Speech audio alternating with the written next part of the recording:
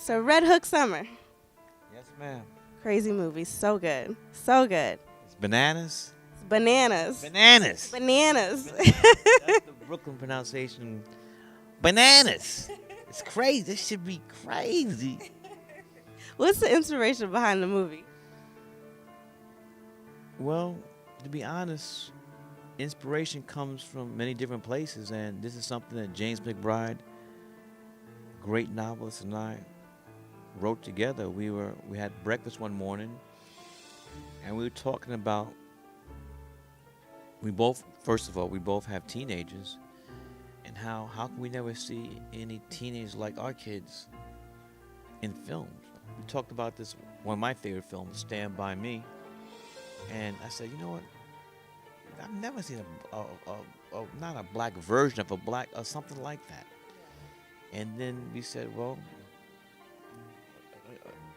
a boy is 13, the girl is 14, and it just started to build from there. Now, a character that interested me was Miss Chaz. Where did it start? I'm sorry, but Stupid. listen. Stupid. This girl was crazy, and it reminded me of a lot of the movies you do, like Do the Right Thing with Rosie Perez. All these characters are these strong, aggressive women that they are hilarious characters. But it makes me wonder, like, are you writing about something that you know? Do you know some females like this? Oh, yeah. I mean, what I try to do is, I really try to draw from personal experience, but I never met anybody like, Rosie, I didn't make that up. That's her. Rosie Perez, Do the Right Thing. I didn't do anything. We just turned on the camera. Mookie. What about Chaz? Where did that character come from? Just a project girl. Project girl. Not anybody I knew, but just someone who has a good heart, is very smart, but is stuck in wretched projects and feels trapped, like that for me. That scene where she says where they're by the Valentino Pier and looking out the East River to Manhattan, like, I've only been to Manhattan twice. That's like she's talking about like Emerald City, Oz. Yeah. Like it's like going to Mars, but there are people like that in the project, like they're stuck. Now, as far as the summer theme, when I think about summer, I think it's a time of basically discovery, because you never end your summer the same way you started it. Like when you're growing up, That's a good observation. Yeah. So was that what you kind of wanted to capture in this movie? Flick discovering something new about himself, becoming a man? You answered the question right there.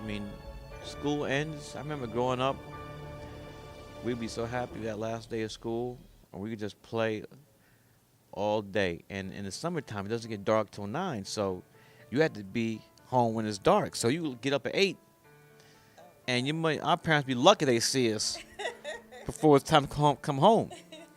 And it seemed like, we would have so much fun. It seemed like summer would never end, and then it would start getting a little bit cooler, and like, oh shit, school's about to start. Fuck, now we gotta go back to school.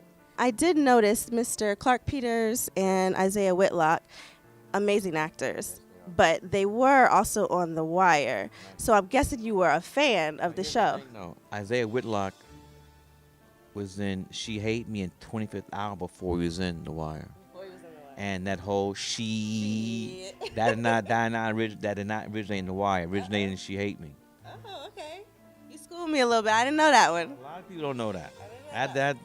So that's true. You heard it here from Spike Lee. You got to know where the source is. Shit. Also, if all the shit she's done, that's the longest one. We want to break the record. We broke the record with that one. We broke it. That's like they broke the record. Niggas in Paris with the 11 time encore. Oh my God! Speaking of niggas in Paris, what was that experience like? Oh, Sam and I. You and Sam. That was funny. No, that was funny. Is not even the word. That doesn't even cover it. That was crazy, Spike. Bananas. That was bananas. But we had a lot of fun with that, and Jay-Z and Kanye, they took it in good spirits. When I saw the movie, what I love about movies is that everybody can leave with a different experience, with a different message from it. Other than one of the big messages, which I won't reveal because you got to see the movie, I took away from it that it was kind of like about a generation gap.